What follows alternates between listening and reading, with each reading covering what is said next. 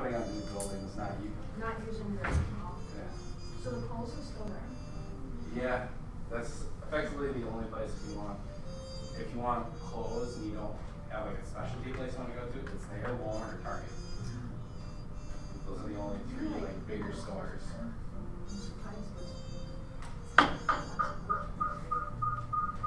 Oh, I'm fixing that. Just hang on.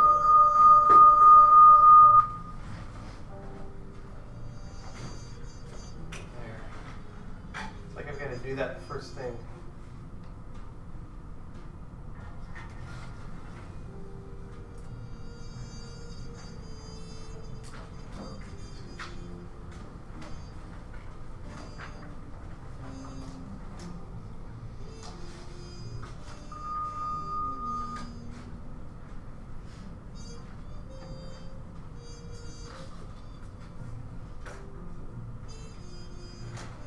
I guess you can see enough of the screen.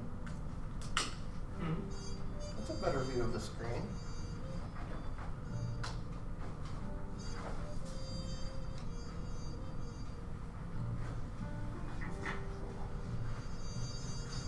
We're going to go with it.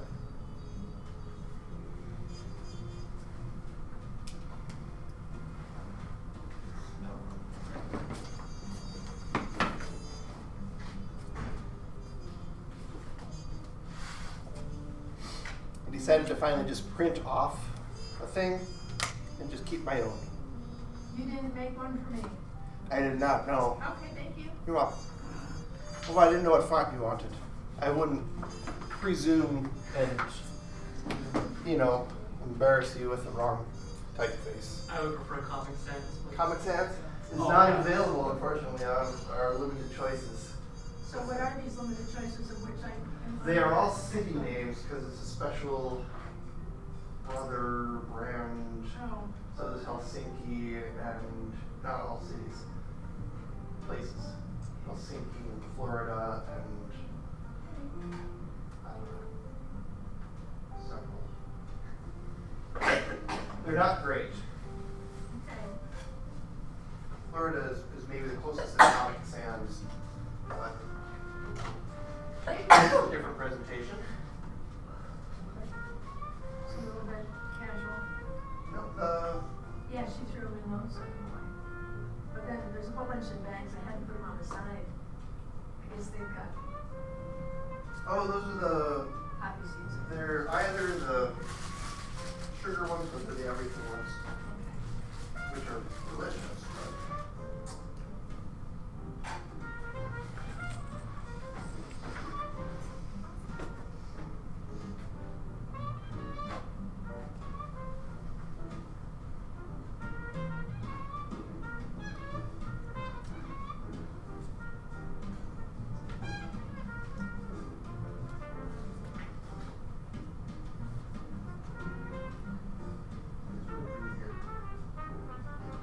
Sorry.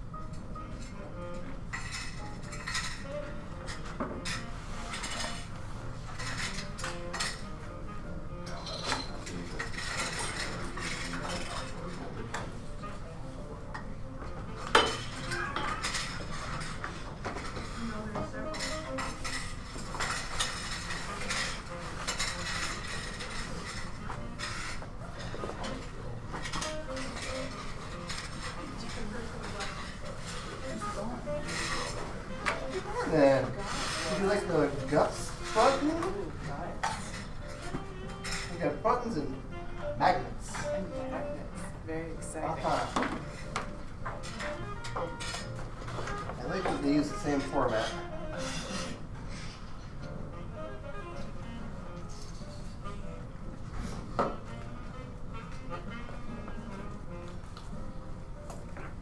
They're just left over from another session that I had. If anybody would like a guts button or magnet, we have them.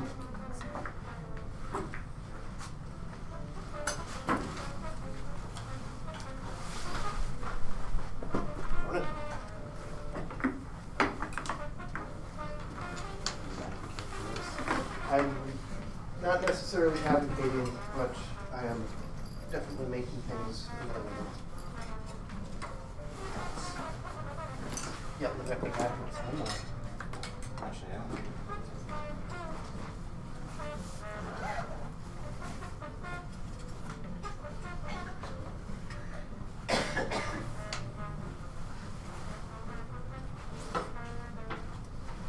Are these like paid positions for undergrad students? I don't know. Just figured things. You tutor. Yeah, but they are. I bet it's not a PA-ship level thing. I bet it's just an hourly. Yeah, yeah.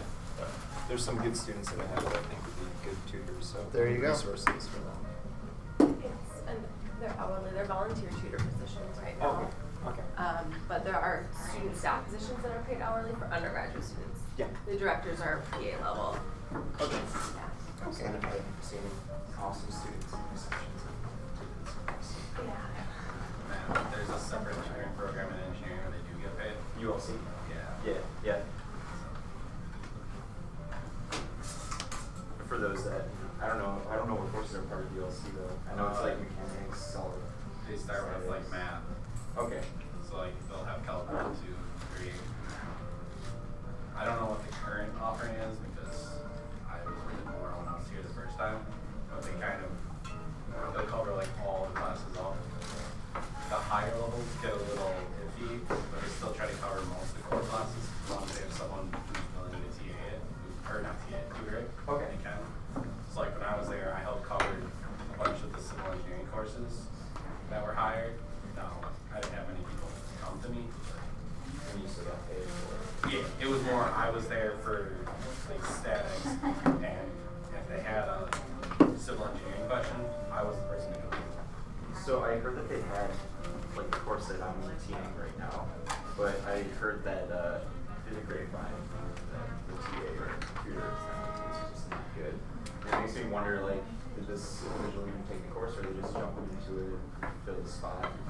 Say, I don't know how, when I was there, you were supposed to have taken the course or the diploma. Okay. Before you could do it. That was also like 3 directors ago. You have to reach out to USC to find out. Yeah, and some just aren't that experienced. They're like, they took the class last year. And they did well, but maybe they can't explain how they did well. Yeah, I feel like that's just a thing. Yeah, no.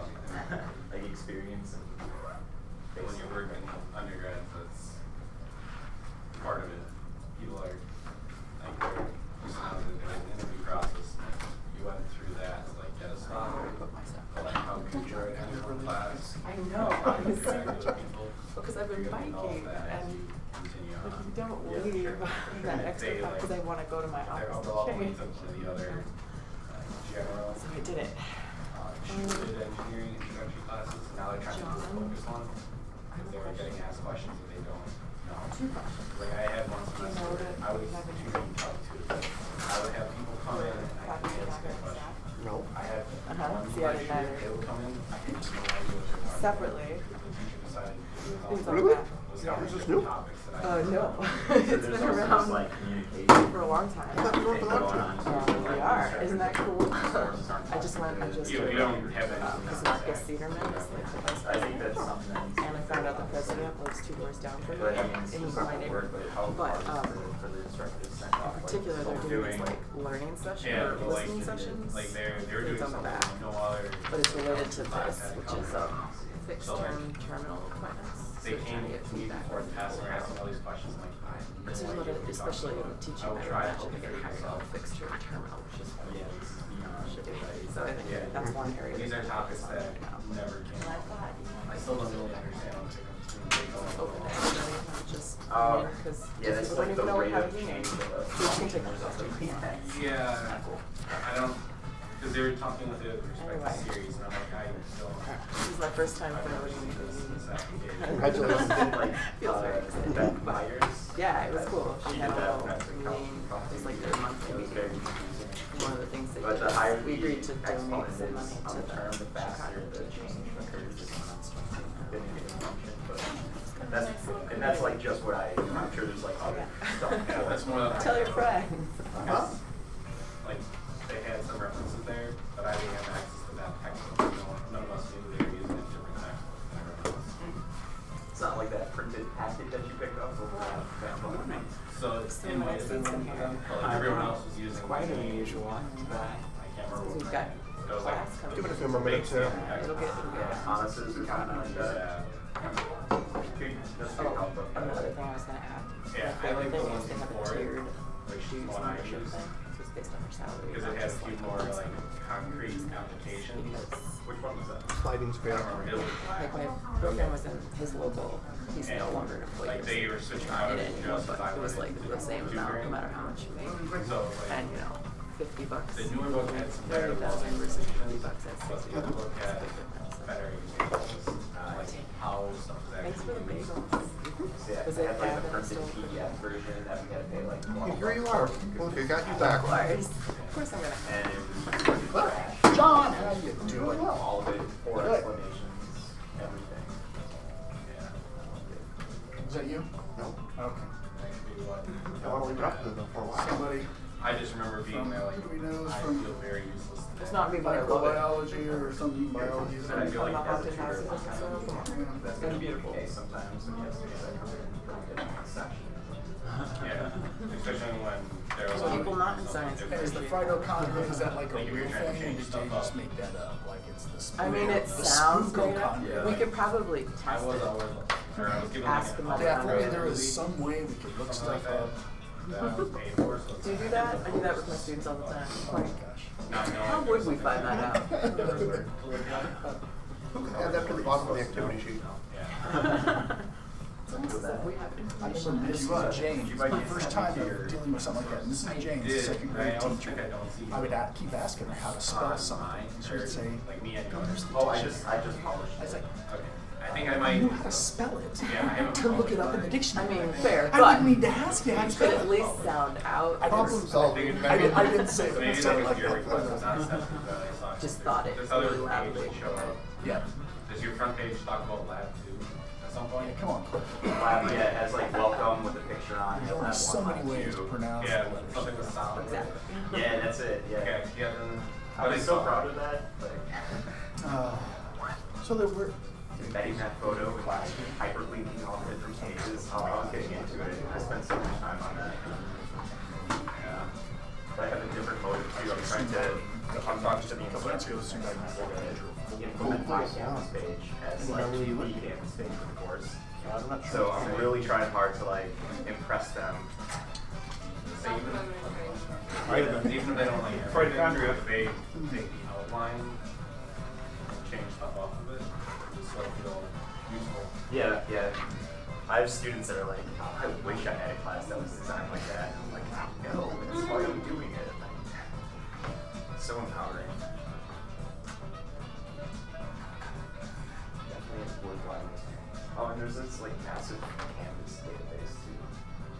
canvas.wisc.edu or something like that that goes over. Like the assignment for today was like change the default setting. Yeah, I don't know. I had to do like the rich text editor stuff on it. Changed it.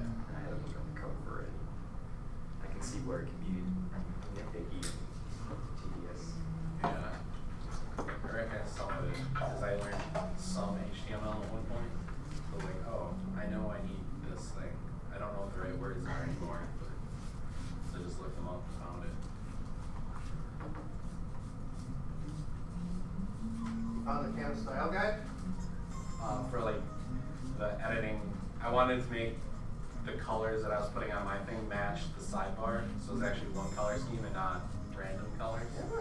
Not have two different reds. So I found the right color code to make the canvas red, the red I was using. You use this colorschemer.com No, coding thing? I actually, you can inspect the page, and I searched through for backgrounds so I could find where there was a 6-digit code Ah, on the I see. color. Yeah, this one here, community.canvaslms.com is the one that I wrote all of this stuff. I should have posted this before. That would be a great thing to put in the resources discussion, for example.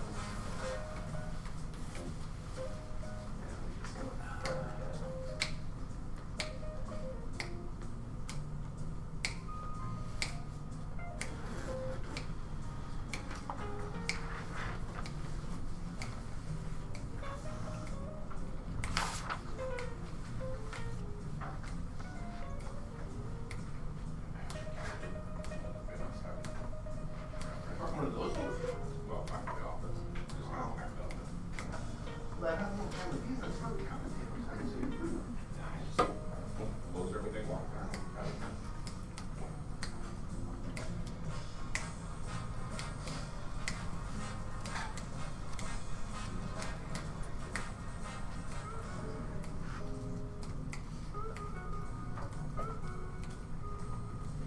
We should be using, we wear sunglasses.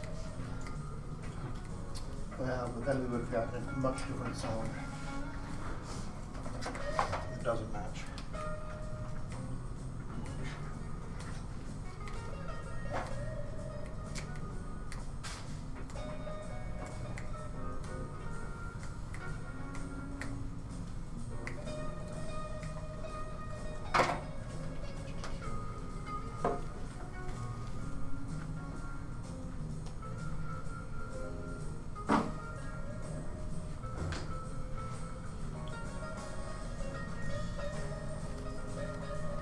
Expecting more people. Start thinking about what you want to learn today, because we're going to ask you.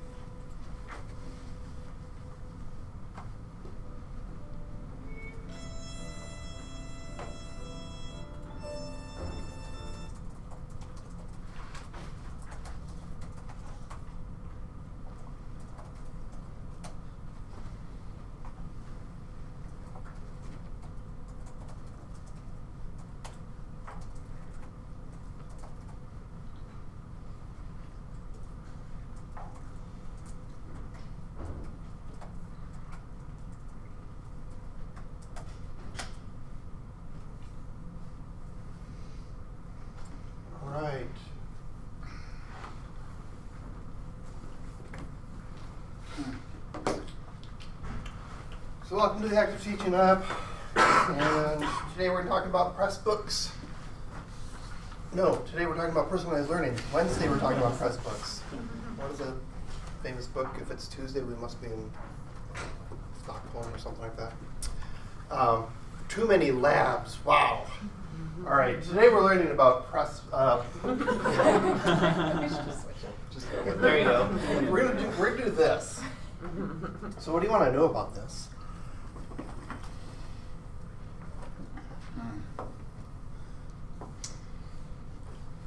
I'm always intrigued with Cliff. Personalized learning means, at least to me, it sounds like you're trying to customize to the person. How do you customize to the person and still hit objectives? Oh yeah. We can't bring everybody together. Doesn't it get complicated? Can't have 17 different study plans. So like, how do you get everybody to the same endpoint? We call that practicality.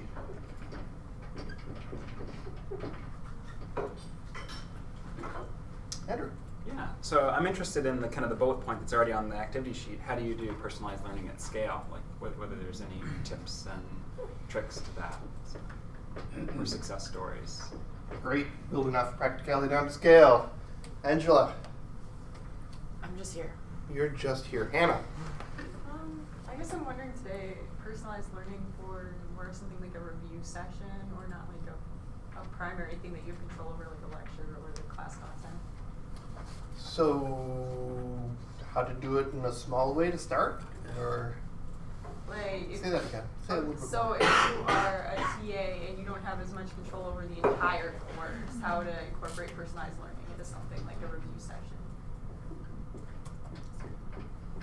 I'm going to do small steps. Because limited, yeah. Okay, Alicia.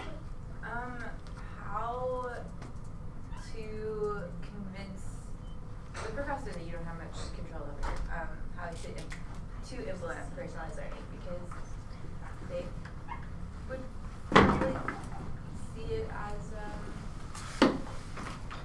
a lot of extra work. And yes. Let's evangelize, get out there and spread the good word of personalized learning. Griffin. One thing I'm worried about, I think it kind of goes with the practicality, is how do we make sure all the students are on like at the same time of the course.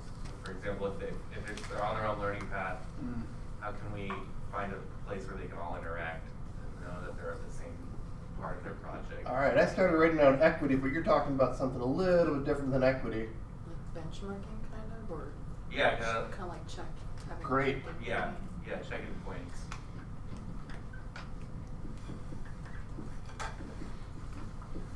And in many ways that gets to the practicality and scaling element, right? It's easy if we just sat down and did personalized learning, but Cliff's over here doing something entirely different. How do we, at the end of the semester, we've got to get him finished as well. Good luck with that, John. Yeah. All right, Lauren. Also potentially related to scaling, but how can we use personalized learning and universal design at the same time? Oh, Somewhat complementary. do they? That's probably a gap in my knowledge. All right.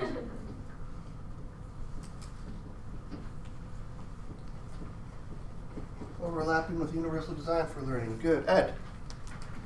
I'm thinking of so if you have people who are motivated and are interested in the topic, they want to do it. But if you're trying to get people who are there because they have to be, how do you get them motivated to try to take on their personal learning and take more credit for what they have to do themselves? Yeah, personalized learning sometimes, because of the practicality of it, a lot more of the responsibility for it is on the individual learner.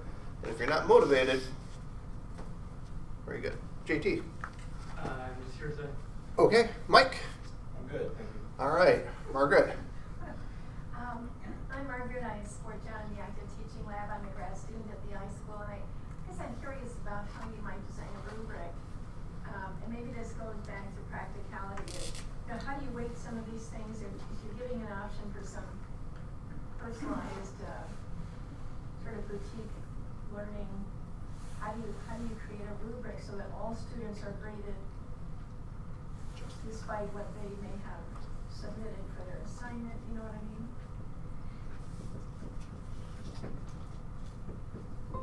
I like that And boutique. you want a positive touch point, you want that touchy-feely that personalized learning can offer, but you still have to report a grade. Right. A lot of these revolve around the practicality of it. Very good. Brian? Everything these four just said. Including JT who's got nothing to Exactly. Okay. Happy with it all. All right. Matthew? My topics are already on board. What was it? Equity and motivation, Okay. so related to underrepresented individuals in class. All right. Elizabeth? Mine are similar. I'm working within a really structured course right now, so I'm just looking for any tips in how to make it more personalized for the students in their learning styles. All right.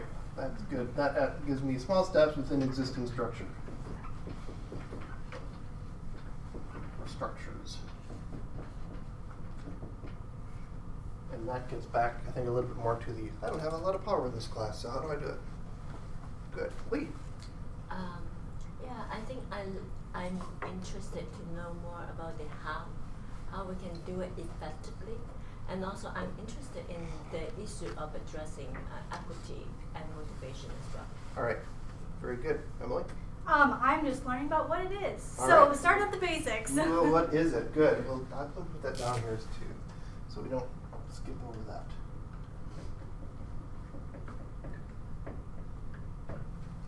All right. And I'm just interested in learning how we leverage tech to Oh. create personalized learning. Good job, Allison. This is after all. Yes. together. She wins. That's good. Part of academic technology, I need to make sure that I do that, so thanks for the reminder. All right, who can tell me what it is? Anyone? Angela? Or Sure, I let me believe- rephrase the question. Yeah. Who wants to tell me what they think? Right. Their understanding of it, rather than what it is, because I don't think there is a right answer of what it is. So you're not going to be wrong. Uh-oh. Maybe. I could be No, you really won't wrong. be, I'm saying. I believe in myself to be wrong. So when I think about personalized learning, I think the word that comes to mind is choice, of student choice. Okay. And so from that angle, I feel like lots of things could be personalized learning, because I think the tendency is to focus on like big projects and things that might take the whole semester, which is daunting and frightening, especially from the like instructor perspective. But you know, to me, almost like write a short essay, you choose the prompt could be a really basic personalized learning. But then, you know, you could take to the next level, like here's your topic, you could pick something in here, but then you get to choose how to display the information, like essay or, you know, a web page or some various, like, you know, There you go. so to me, I'm like, not gonna- you can start really small, but then the more complex is those big projects that are still driven around choice. Okay. Choice and agency in learning. Yeah. Good. Anyone else want to explain a component that they think might be involved? Alicia? I think that one of the things that happens when students have choice and agency is that they can take ownership over their education.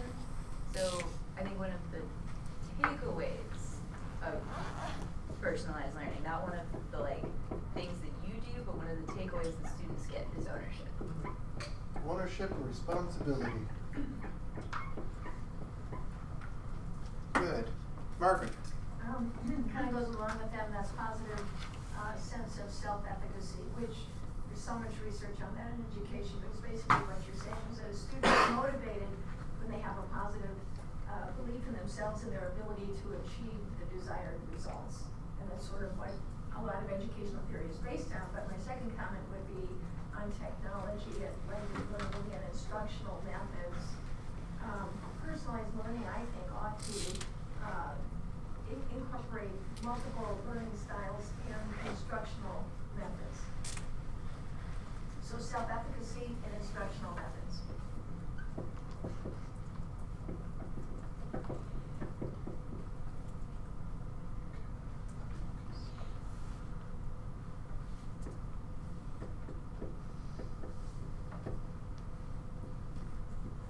So yeah, it's not even really options of methods, but a variety. Variety.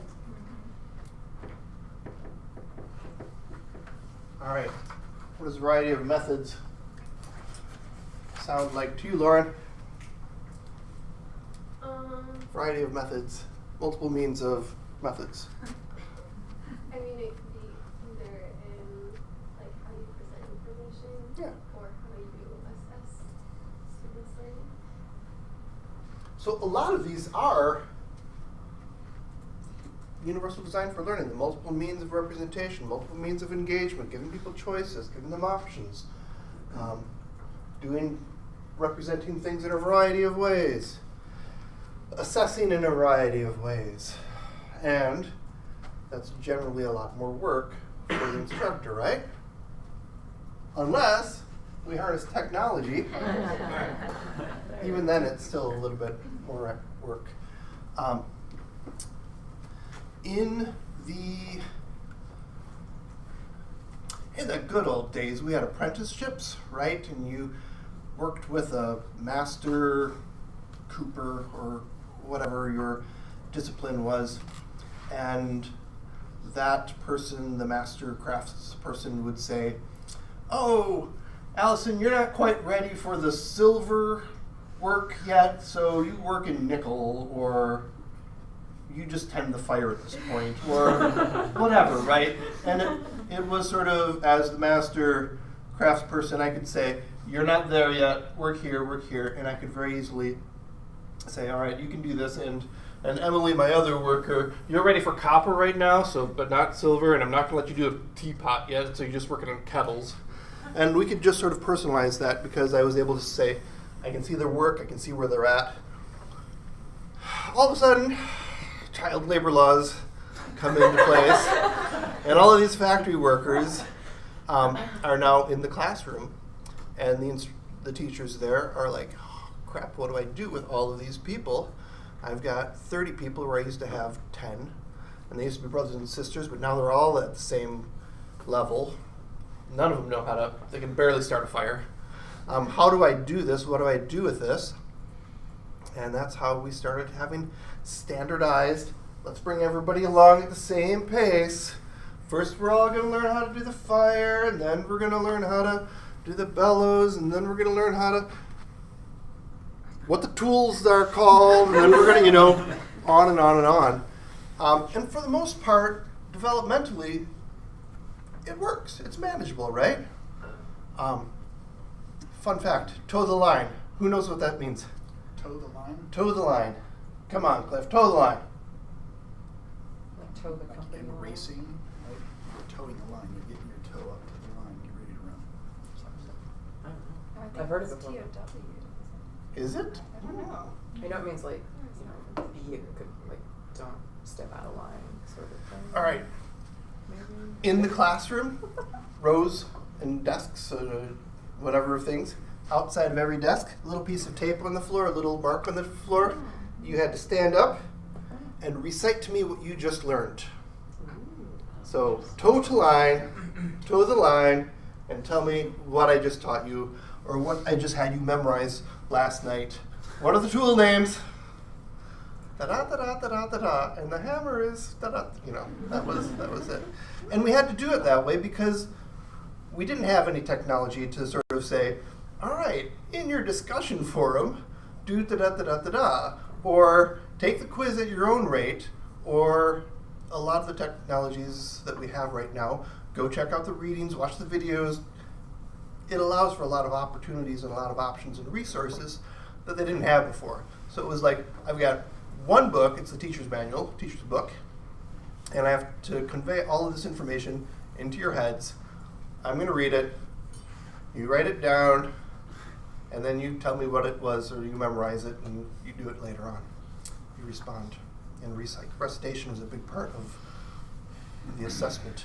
I know that you'll know it because you can recite it back to me. Expectations have changed. Opportunities, resources have changed. So things have begun to be more personalized all on their own.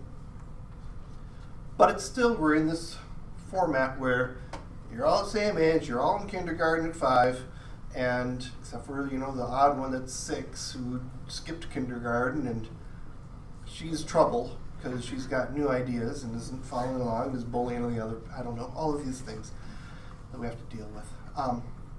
But with technology, we can start to differentiate learning for a little bit. And how many of you have heard of, what do they call them, K12 Personalized Learning? Come on, I need somebody who knows K12 stuff, right? People have personalized learning plans. IEP. IEP, thank you. Individualized Education plans. education plans, thank you. And it used to be something that only a couple of the kids in your class would have, and it is increasingly that every child in your class has an individual assessment plan. Let me stop and say, if you have not yet logged into the Canvas course, here's how to do that. And you should do that because on the activity sheet, the links work in the digital version, but not in the paper that you have in front of you.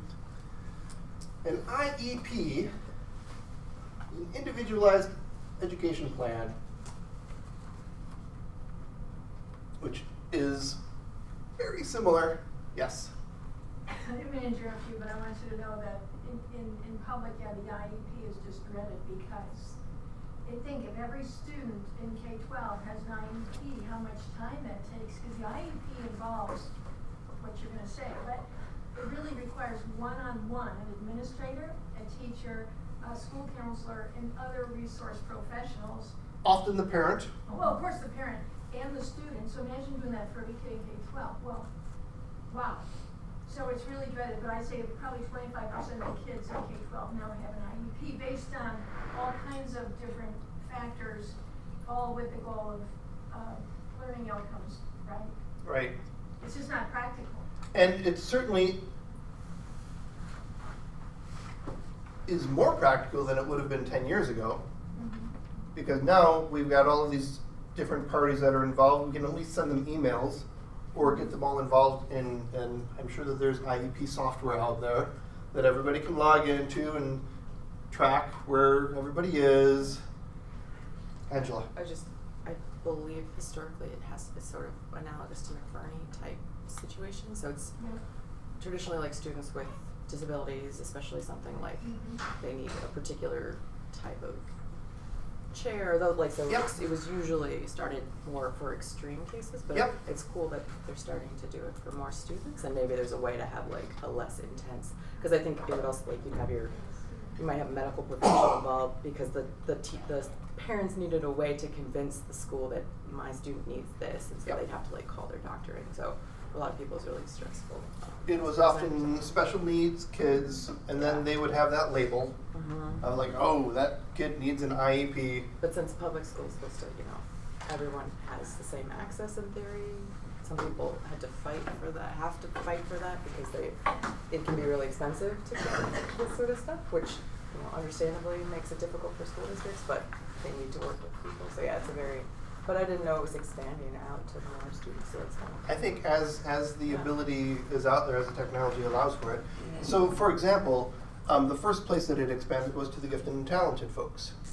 Because oftentimes they're in your classroom, you've got the people who have no idea what you're talking about, they're just not there yet, and you've got the people who are bored silly, who are, because they're bored silly, they are causing trouble in the class, right? Because they're bored, so let's make it a little bit more exciting. And that helps nobody. So the people who need the IEP are the ones who can't keep up. The people who need the IEP are the ones who are bored, who need something else to occupy their time, basically, so they don't disrupt the class. And again, both of those are sort of troublemakers, right? But not really. They're just all learning different times, and they're in the situation where, for reasons that are antiquated and have everything to do with tradition and the structure of traditional education, are all in the same grade level despite their different needs and abilities. Universal Design for Learning starts to address both the I don't quite get it this way, or I'm bored with that way, give me 5 other ways to explain it or to understand it. And it also helps the people that are in the middle as well. Creating learner profiles is not practical if you have 300 people in your lecture. Even with the software that we have right now, unless you have way more time than you actually do. And even then it would be really hard. JT? I mean, couldn't you design, this is the thing we do in the French department, you could design a survey that that students take at the beginning, module 0, for example, that shows a sort of a pre-course assessment or a placement exam, where they also indicate their motivations and goals, and you could use a Likert scale to at least get some data that could show you the profile of your course. I don't know. I guess I'm not really sure what that, I guess as a component would look like for an individual student, but it seems that data is at least harvestable. And we do that. We do that all the time when we teach. We do these pre-course surveys. We do that initial test, and we go through what we think that the students do in week 1 and week 2, and we look back and we say, they didn't do very well in this quiz. Or some people did well in the quiz, some people didn't do well in the quiz. How can we slow down and speed up? Typically, though, it's impractical to do that on multiple levels at a time. We have to say, all right, the entire class, let's slow down and revisit this part. Even with clickers and student response, if we get people, looks like you all chose C, but the real answer is B. Let's go over that point again. It's not, you got it, and you got it, and you got it, so you guys go do something else. Everyone else pay attention here. That's not practical or fair in many ways, because you're slowing down the course for some people and speeding it up for other people. But it's also hard. And I was trying to think that of course that's a problem with any large scenario, and but that would be mitigated, I assume, to some degree when you start having the labs and the discussion groups. So that begs the question for me now: what percentage of the large courses? I mean, is there like kind of a university standard that when you get above 200, you start having or requiring the breakouts, this discussion / labs? I don't know what I think that it's a department by department or program by program I just determination. can't conceive of a pedagogical structure that, because of that you would just get away from, okay, my lecture is going to be these 5 main points this week, suck it up, buttercup, and just come, and then in the whatever other session, that's when you start getting into the granularity, because you just can't do it. I can't imagine. So. Yep, good. This is probably just a very ignorant question, but is personalized learning a demonstration? Is the goal of personalized learning the student's demonstration of learning, or is it the way course content is shared? Because I'm looking at this 4-point definition. In personalized learning from the instructor perspective, it seems impossible, but if the student's preference is taken into account and pace, the lecture would be, I don't know what the day-to-day course speeding would look like. Right. Unless it's individual. How many of you have taken courses that were on your own, you watched the videotape, you answered some questions, self-paced, the pace was on your own in many ways, and you hated them, right? Yeah, everything was due the last day, so I did the class in a week. Did anybody love it? Yes? What was the good part about it? I think the self-paced part about it really helps if it's a well-designed course, because I've taken a bad self-paced course and a lot of good ones. And the good ones are ones which have short videos. Actually, I don't like Khan Academy as much. Well, okay, you might not, but it's a very popular self-paced thing, right? And a lot of people, except for you, love this because it gives them choices, agency, ownership, responsibility, self-efficacy. Not really a variety of methods necessarily, but some of them they have the whiteboard or the glass board that they write on backwards, and some of them, the early ones, were written out in different places. They're all videos, right? Udacity is another one which I really like for the learner-centered focus that they have. What is it? Udacity. Udacity, yep. But that's behind a paywall now, so. Oops. I almost lost stuff there. Yeah, so technology is making some of these things possible. They're not all fantastic. A lot of Khan Academy and Udacity, and I think even the Coursera type things that I'm taking, they're not very social, right? And this is a problem because how can you do social learning if we've got advanced student who has no idea what's going on, and then just sort of the middle of the road doesn't care, has to take it student. Where's the motivation there? Who's interested, who's not interested? Anyone want to tell me the answer to that? What is it? Is it group work? It's group work, and I mean, yeah, and group work as is long as you're hard. designing groups that are hopefully like working. Can help each together. other, right? And actually, a well-designed group is a group that has different people at different levels who can bring different skills into it. So, Allison might be really good at fires, Emily's really good at copper, and Lee knows the names of all the tools. Well, we can put them into a group, they can make a bowl, right? Maybe Emily doesn't know how to make a fire. I don't know, something like that. Probably not. Right, okay, see, there you go. But in that group, Emily will learn from Allison how to make the fire because she will be part of that group and witnessing part of the project. And they're both going to learn from Lee the different types of tools and how they're used because they all have that expertise, different areas of expertise that they can jigsaw together. How many of you have heard that word, jigsaw? Great way to do that.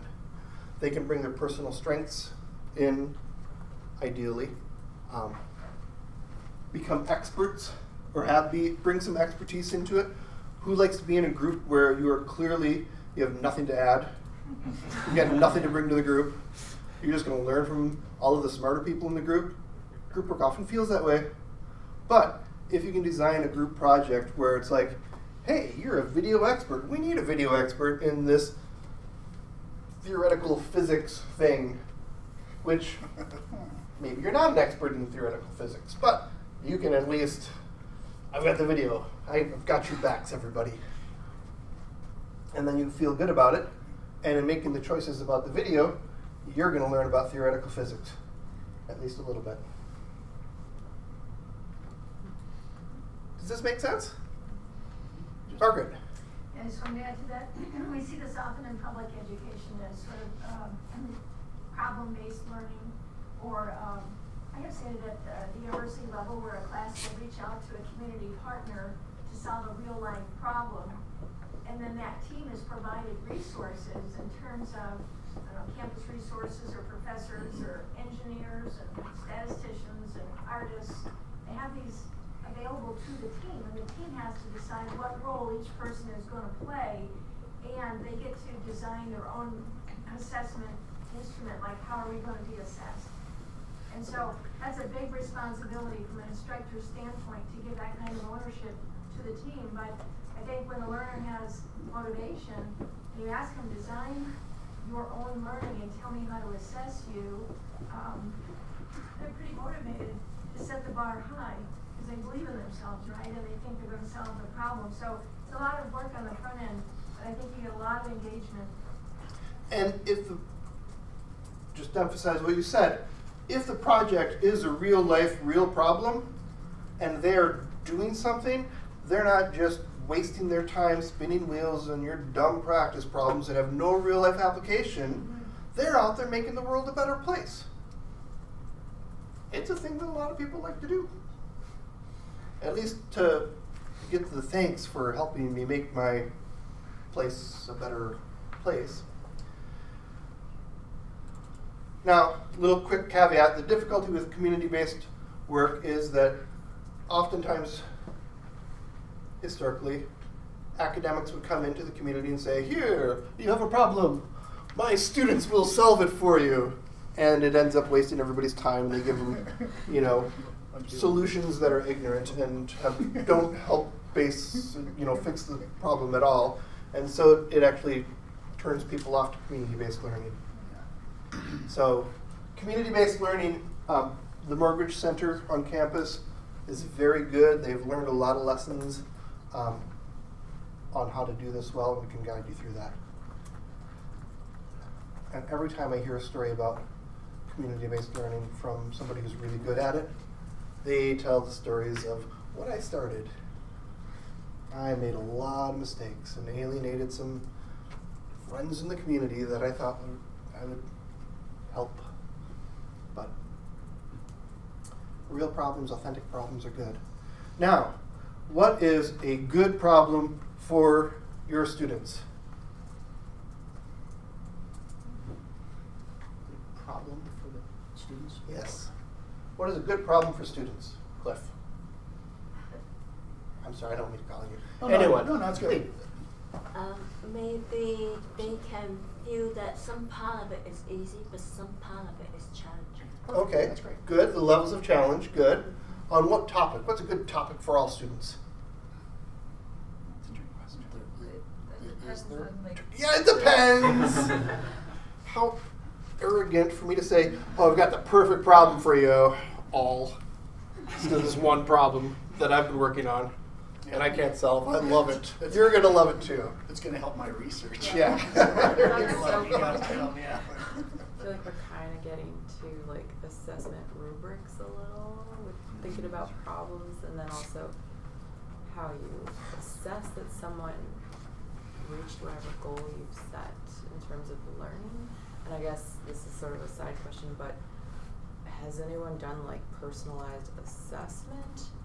Like, I mean, obviously if it's a project that's being assessed, that's different than another project, but like, could you have some kind of quiz or exam where it's like, choose one of these two questions to answer, you know, like as long as you're getting all the objectives on that quiz, learning objectives, can you give students choice in terms of what questions they answer? I don't know if anyone's done that. We've done that for some of our exams in the geoscience department. Yeah. Was there any feedback from students? Did they find that? You know, it turned out that like a majority of the students would select like the easier questions. Yeah, so it's a challenge too, like making sure they're two kind of similarly challenging questions, but maybe different approaches. Or they chose the better written questions too, right? The ones that were clearer to them what was expected. So how do we do assessments? How do we even do learning objectives? We've just determined that I can't say this is the one project for you all to do. So since I can't do a single project, how do I do a single set of learning outcomes for a wide range of projects? Alicia. Well, this wasn't something that I taught as a class I took, where we, as a class, designed the rubric that we were going to use for our assignment. Yep. And I thought it was more helpful in explaining to us the teacher's expectations. Yeah. And less helpful in terms of personalizing our learning experience. Very good. But it did sort of give us more freedom, because we could say, well, so this was it was a written paper. Okay. So there wasn't like the question of multiple, modes of assessment. It was like you had to write your paper, but it was, we could decide how much we felt certain aspects were important. Okay. And that, it kind of worked. But I don't know if you could design a rubric. I don't know how easy or hard it would be to have like students design a rubric for a project that could be in any format, or like that. It's like taking in a lot of components. So in your experience, there was some agency, but it was really more of a Q&A, and let's understand the instructor a little bit better. And any time that an instructor leads this type of hey students, let's get you all involved, there is of course a underlying motive, and the instructor is setting the parameters and structure for that, because it is very difficult to say, all right, how do I assess a really broad range of projects? I will say that overall scores were higher because we better understood expectations. Mm-hmm. So like before you go into a whatever project, a lot of people don't read the rubric or don't have access to the rubric, so they make something thinking one thing when the teacher's expectations were another thing. So overall, people felt more confident about their end product. And there's choices and agency and responsibility. Let's focus a little bit on the responsibility. It is in a group discussion of what should the rubric look like. Well, there should be something that addresses how to build fires in it. Well, there should be something about copper because I'm really good at copper. Well, there should be something about tools. Now, I don't know anything about tools. I don't want that to be in the assessment. Compromise, maybe. Or maybe there's something about what are 3 elements of your project that are the same. Somebody help me out here. I'm trying to get to the word transfer. I'm trying to say what are the same pieces of the project regardless of whether the project is about fire, copper, or pots. The process. Process. There are pieces of the process, right? In a design project, regardless of whether you are designing a fire or a pot or a tool chest, you are going to go through a process of design.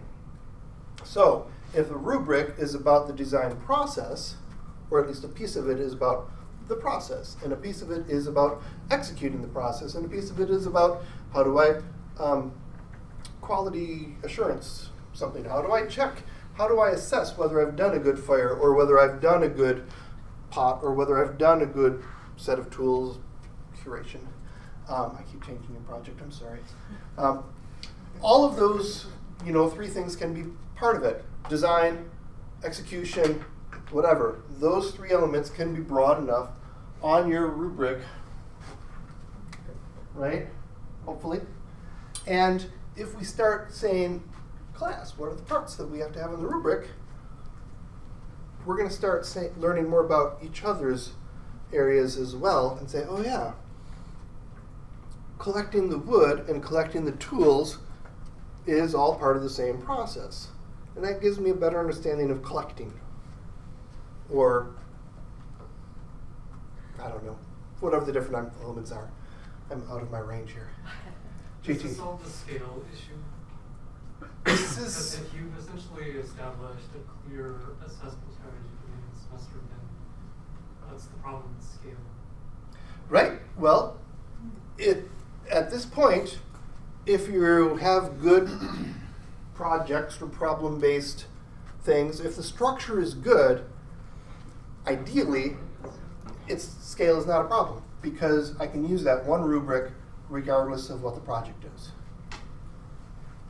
It never is, right? There's always somebody who's like, I've got this project way out in left field here that doesn't fully work to your rubric. Okay, so whose responsibility is it? Let me rephrase your question. What do you do? What does somebody do, and what would that somebody have to do to make their project fit into the class-decided rubric? That somebody would be ownership. Yeah. All right, student. I love that you're thinking out here in the left field. Constraint, challenge for you is to get it to fit into the rubric and demonstrate that your project, when you pitch it, demonstrate that your project can fit into the rubric. I was just going to tie that into scaffolding because that's where I think as the instructor, you don't want to wait till the end of the semester to find out they were way out in left field. But if they have to first propose the project, the proposal or the pitch, check in, and like the lit review. I have for my class. It's a very small version of personalized learning, but we do like a symposium at the last week, and so they have to be presenting a paper with a pair, and then there's also posters that are being made. But for the paper selection, like they select that, 3 weeks into the semester. I have to they have to say why they chose that paper. I have to approve it because they'll pick a research article that has like one figure, and I'm like, well, no, you need some rigor in your in the research that you're picking. But then they have to like write up a little summary that's essentially like. I have it modeled in the order you might put slides together. Yeah. So I have that, and then they have to like submit a draft of their slides because I don't want terrible presentation. And that gets back to what does the instructor want? How do I figure out what the instructor wants? All along the way. It's better for both of us because I'm not mad at the end. I'm pleasantly surprised, hopefully, or pleased, but they also get that feedback along the way, so they're not way out in left field. field. So that's super important. And you don't have to be the only person to give them feedback. No, they can get it from each other. They can get it from each other, which is another way to make this scaling work, because it's not all on you as the instructor. Number one, it's on the individual student. Number two, it's on their peers and colleagues to give them feedback, because part of your learning objective is to learn how to give feedback, that higher level analysis, synthesis type work that Bloom's higher level thinking asks for, right? You put reflection on here a couple times too. I do put reflection on there a lot, don't I? Which I think, you know, a lot of times, especially with community-based learning, I've done a couple things where it's, you know, you reflect on it, and maybe from the student's perspective that doesn't feel super meaningful. Right. But you can also, I guess, think of it as figuring out how you know what you know, sort of, you know, metacognition. So finding ways to get them to check in and think about, like, is my project demonstrating what I know, can probably be really helpful too. And to me, this is another reason that having the students share with each other what they're doing is a good check. Because as an instructor, it's hard to keep track of what everyone individually was doing, but if you check in with a lot of people, you can say, you know, for the most part, we're on the right path. So if the class in general is on the right path, and they're checking in with each other to see where they're at, you can almost trust that, you can almost trust your students, that they're going to help each other implicitly or explicitly by saying, oh, what are you thinking of with your project, Emily? You're crazy, that'll never work. Or Emily can be like, everybody else's project looks kind of like this, and my project looks like this.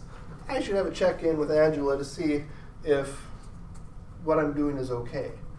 Again, that responsibility, the self-regulated learning. So how is this different from the class that you took on the last day, or the Khan Academy, or Udacity, or some of these other things? How is this project-based learning? Pacing is different. Pacing is different? Yeah. Well, it could be, right? Right, it's not all in the last day. Yeah. Ideally, you've got scaffolded steps where you do this part first, and then you do this part based on this success, and then based on this success, you're able to do the next thing. Yep, pacing is different. Sometimes the projects are of bigger scale, like in Udacity, if you do a bigger, like, because it's a self-paced course, they can go from very more involved projects because you can take your time. And even when you're building small steps, you still have access to that big project, so you can build pieces of it, and it can be actually very intense. But there's lesser group work involved. Less group work is another part of it. And a lot of the video-based, self-paced tutorial type classes, there's no group work at all. It's learn the content, respond to these questions, do you understand it, show your demonstrate your learning based on this multiple choice test or this whatever, and then you move on. And you go through a bunch of different things. Do you get feedback from an instructor on those sorts of courses? If you pay for it. If you pay for it. So I guess that would be a thing. Like, you may answer all the questions correctly, but still feel like you're not sure about something. I mean, you will get automated feedback. Right. Automated feedback is we can also give that on quizzes. Yeah. No. So the same sort of stuff you can get on a Canvas quiz, which may or may not be helpful if you want that like extra feedback. Yep. And a lot of the courses will have discussion sessions that are also available and free if you want to participate. And so you can get a little affinity group going on there where groups can sustain a conversation and give each other feedback without having to pay for it. There are also meetups. Oh, cool. Also what? There are also class-based meetups for each And course. meetups. Like local groups in your area. Group me's.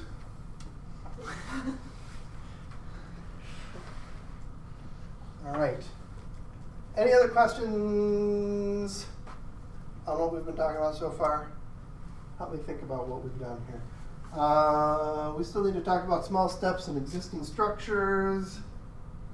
I think we've talked about scaling. We've talked about benchmarking. Equity we kind of alluded to. We definitely talked about overlapping with UDL. We talked a little bit more about motivation. And we talked a little bit about rubrics. We know what it is now. And talked a little bit about tech stuff. So good. We're on our way.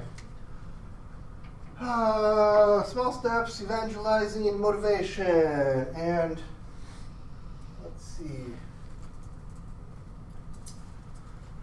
We talked about student leading. Let students develop their own student check-ins with each other and with you. Reflection. One of the pieces of reflection is that it doesn't have to happen after the assignment. It can happen, it should happen all along the way. All of those individual assignments that are part of the scaffolding that goes up to the final project. Reflection could happen anytime there's peer feedback. It will happen, we'll say, Elizabeth is doing a really good job on hers, or at least from what I look at, hers is way better than mine. Maybe I should do a little bit more. What can I do to make mine more like Elizabeth's or better? But I don't want to be a copy because that's not honest or whatever. My project's different, so it wouldn't look the same. But I can take elements of Elizabeth's, elements of Andrew's, and say, I like that idea. Let me figure out what it looks like. Let me figure out what it looks like for me is awesome high-level thinking. And it gets back to the rubric, the process. What does this process look like for different people? What does it look like for me versus Andrew showed me how it looked like for him in his paper. I can learn from that, even though our topics are different. All right. Got a little thing on universal design for learning. And I was very excited about this, by the way. I don't know if you guys, I'm going to tell you about this. Get personalized learning with the universal design for learning, but then social learning, how it can impact that. And this is just single examples. I bet that if we wanted to, we could come up with other alternatives, other ways that it benefits. But I like the idea of just even kicking it up a notch with social learning. All right. Community-based learning we talked a little bit about. Service learning. We got resources, but all right, let's go back over to here. And what are some small steps that we can do? I don't have control of my class. What can I do? Yeah, those two kind of go together.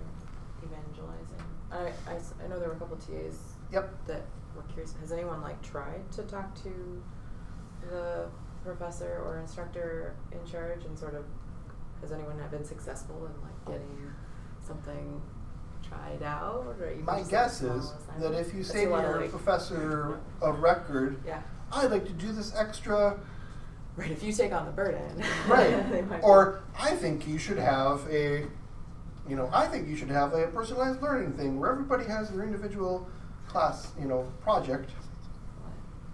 That could be shut the door on your face sort of thing, right? Because I guess professors if are not busy. a successful experiment, but does anyone have ideas they would want to push forward in their class? I had some success with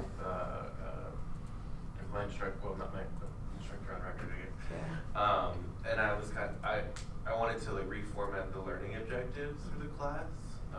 And I kind of was framed it as hey, I'm taking this Delta course. We learned about backwards design, and I think we can incorporate it in this class. And then I kind of offered the before their response I can help do this, this, and this. And I think that's what's key to say explicitly is I can put forth a lot of the work into this, but I really just need your approved final approval for it. Yeah, a good recipe. I'll do the work, and the result will be that your job is easier. Yeah. And if you could put in the research shows, this is what because if you said it was learning objectives, so did they have understand or? Yeah, so it was kind of it was a longer discussion, but essentially it was this is some of the things that we learned in learning in my class, and I think we can apply it like this. Very nice. And kind of make it clear that it's not an overhaul. It's not It's Yep. you're not saying what you did is bad. I know better. Right. That's terrible. That's a bad idea. But instead to say like this is good. Let's try to improve on it, and I'll take that improvement burden. I found that even the research, it's kind of like the life cereal, right? Okay, sure it's fortified, but I'm not going to lead with it's fortified. I want to lead with, look at the sugar. This is going to be so delicious. It's going to make your life, wonderful. You're going to have so much more energy in the morning, whatever. Oh, and by the way, it's also good for us. So, what are the downsides?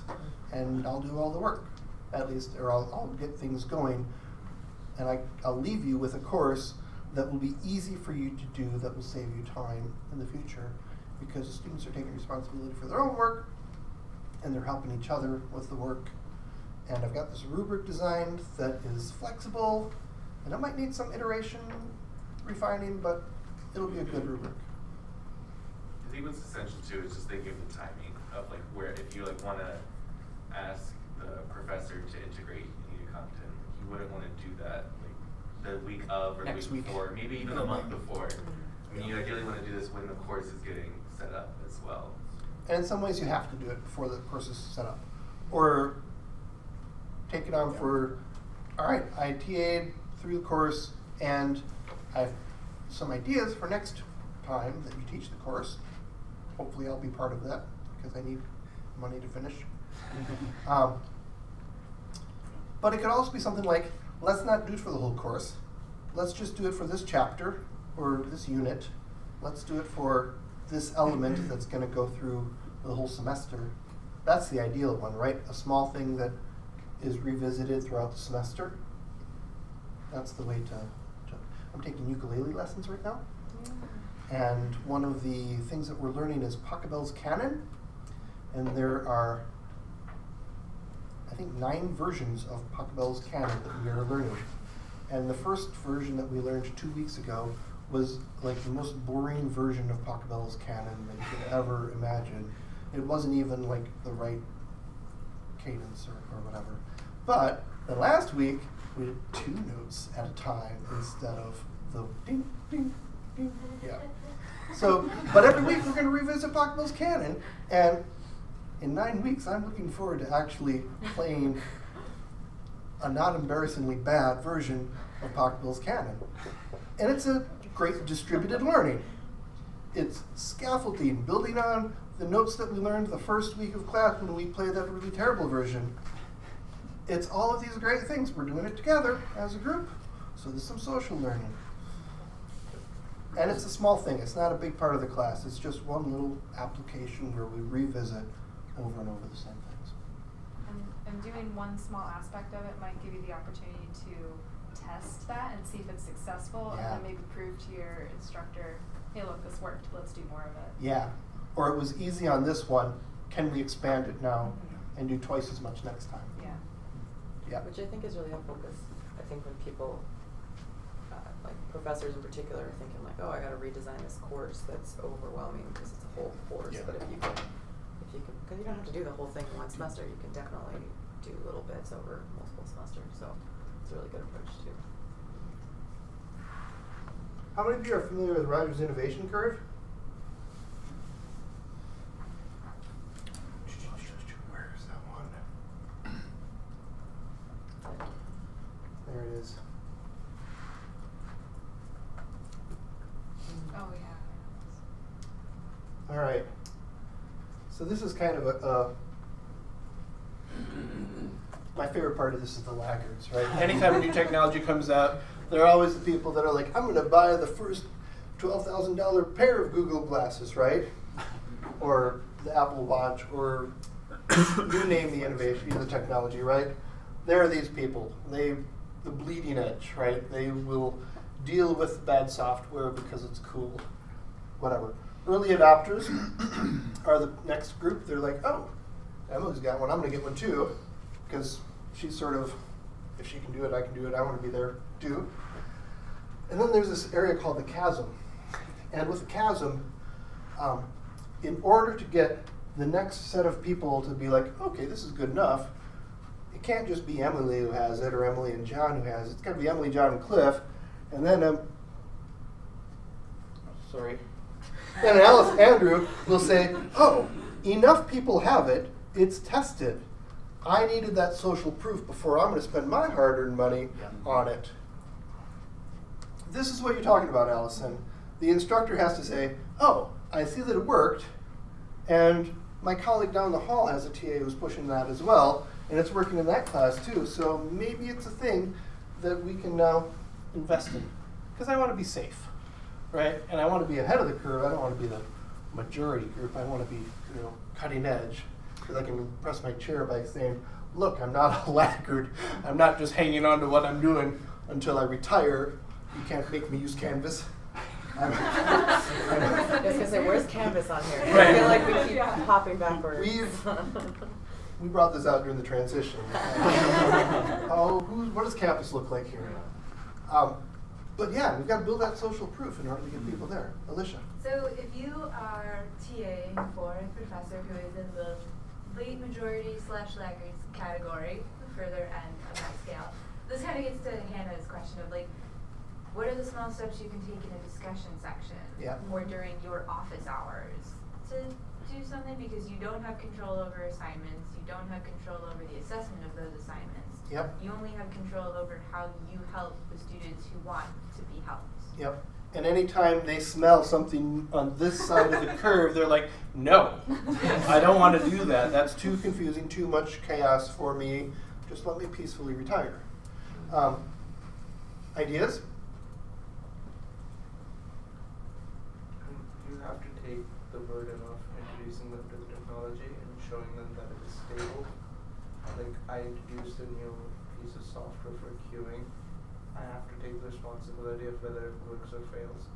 But they're okay with it only if I'm ready to like take it to a point where it's usable. Yep. Because they also have other things to do, and like teaching a class of 300 students is not an easy task. You'll never be able to get them on this part of the thing, the bleeding edge. You can get them into the late majority. Yes, and that's a win, because then the